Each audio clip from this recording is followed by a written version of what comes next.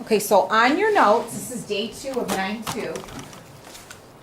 Day 2 of 9-2. We're going to change question number 6. It says rewrite, it says cosecant,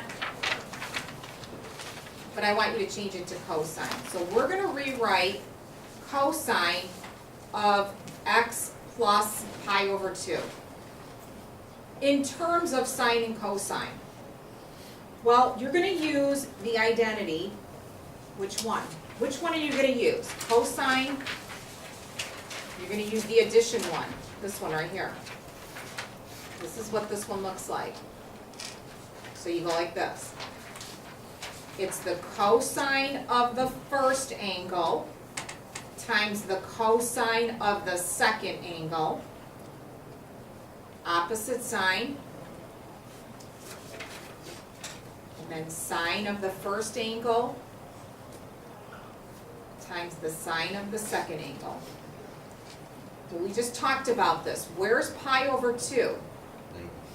Right here, 0, 1. And what's the definition of cosine? It's the x value over the r. So what does this equal right here?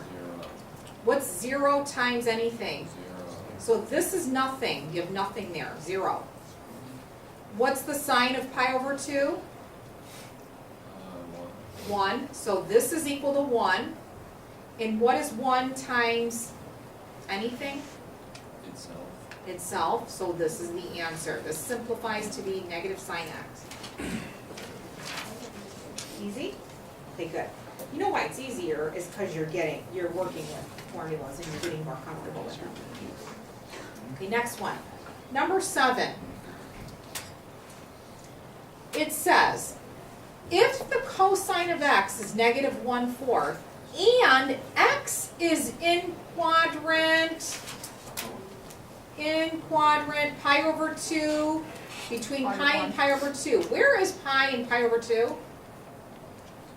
Where is pi over 2? Between x's, it's less than pi, but greater than pi over 2. Where are you at? You're in quadrant 2. You got to be able to look at that and see where you're at. Now, we're going to draw a triangle in quadrant 2 because it says that x is located in quadrant 2 based on this. It's less than pi, and greater than or equal to pi over 2. So I'm somewhere here. So I'm going to draw a triangle, and I'm going to call it x. Now, the word cosine is involved in this fraction, and the definition of cosine is what? Okay. Now, they want you to find the cosine of pi over 6 minus this answer, okay? So it's a subtraction identity. We're going to eventually have to figure out what this side is. Why? Because it involves sine. Sine is opposite over hypotenuse. So step 1, let's figure out what this side is. How would you figure out this side knowing we have a right triangle? Negative 1 squared plus y squared equals 4 squared, right? Anyone know what y squared is? This is 16. 16 minus 1 is 15. What's y? Square root of 15. Okay, so now we're going to take the cosine subtraction identity, pi over 6 minus x.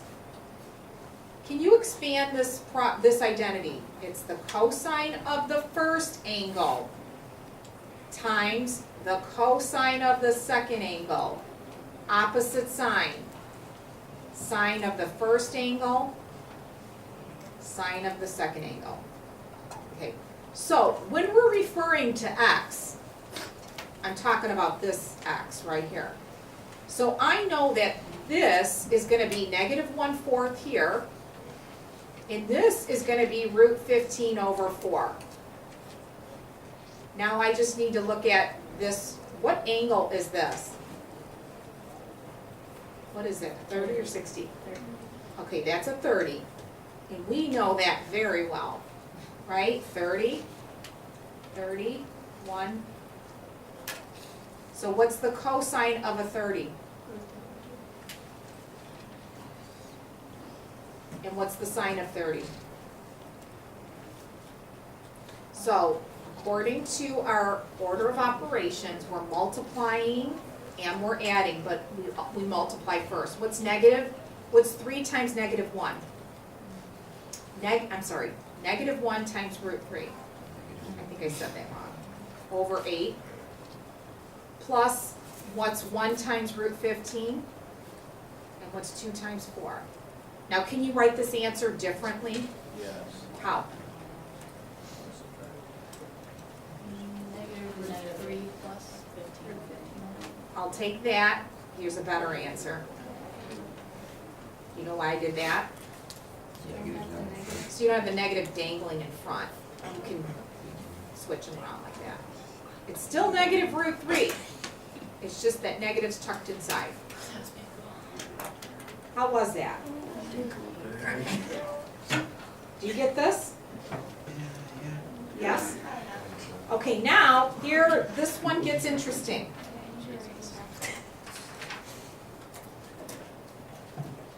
Okay, it says it's given that the sine of x is 0.8.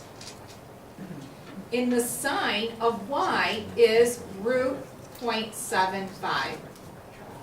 And x and y are in quadrant 1. What does that mean? Here's x. When I'm talking about x, it says you're in quadrant 1. When I'm talking about y, sometimes they're in different quadrants. Y is also in quadrant 1. They want you to evaluate the tangent of x minus y. Well, you've got to know what this definition is. Looks like this. It's the tangent of the first angle minus the tangent of the second angle over 1 plus the product of these.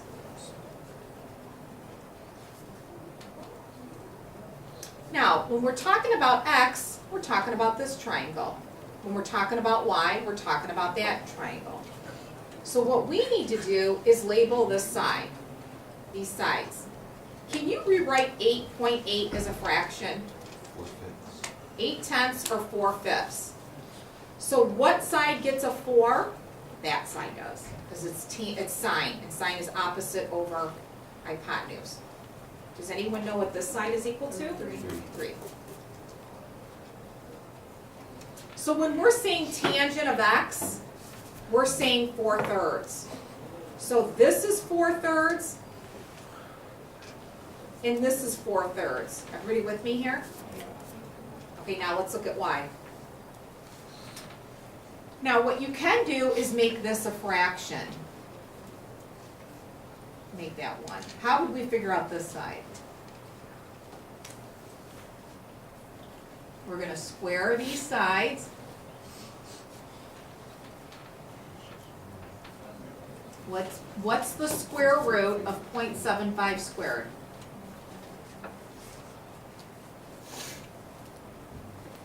What's $1 minus 75 cents? What's the square root of 0.25? 0.5 times 0.5 is 0.25. Now, what's the tangent of this? It's that over that. So this, when you say tangent of y, it's unfortunately an ugly fraction.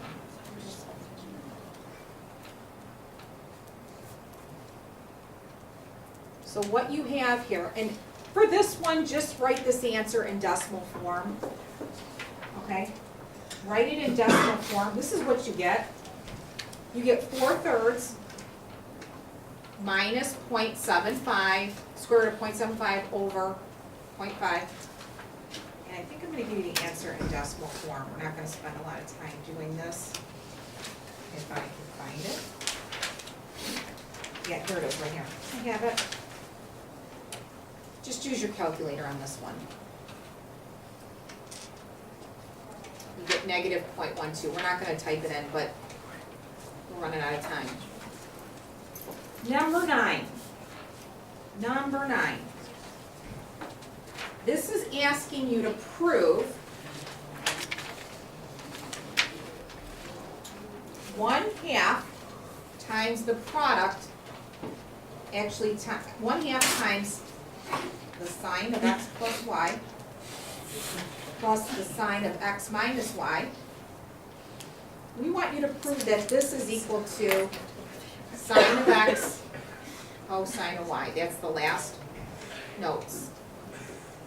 Okay, so watch me do this one. See this 1/2, at the very end you're gonna multiply. How do you expand this right here? And then you're gonna expand this one. What does this one look like? It's the sine of the first angle times the cosine of the second. Same sign. Then sine of the second angle, cosine of the first. So that's what this is equal to. All that is equal to that. Plus, let's write this one out. Sine of the first angle, cosine of the second angle. Same sign. Sine of the second angle, cosine of the first. Okay, check this out. This is all in brackets right here. Does anyone notice anything about that?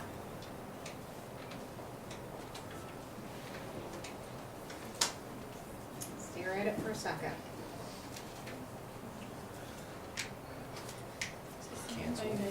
Which two cancel? These two cancel. Those two cancel. What are these two? They're the same thing. So you have two of them. You have 2 sine x cosine y. So these two add up to be 2 of these. But you still have a 1/2 in front. Well, what's 1/2 times 2? So guess what? We just proved. That's the proof. That this equals that.